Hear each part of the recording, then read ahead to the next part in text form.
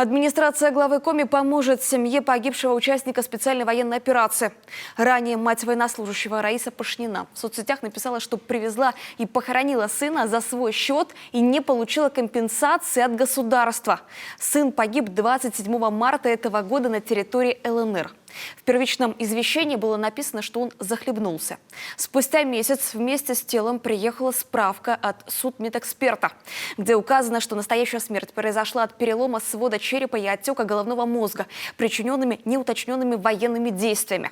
Как сообщили в Минтрудсоцкоме, в ведомство поступали сведения из военного комиссариата республики о гибели рядового Алексея Пашнина. Но в них было указано, что смерть хоть и наступила в период прохождения военной службы, но не была связана с исполнением военных обязанностей. Данные судмедэкспертизы при этом не могут быть юридическим основанием для выплат.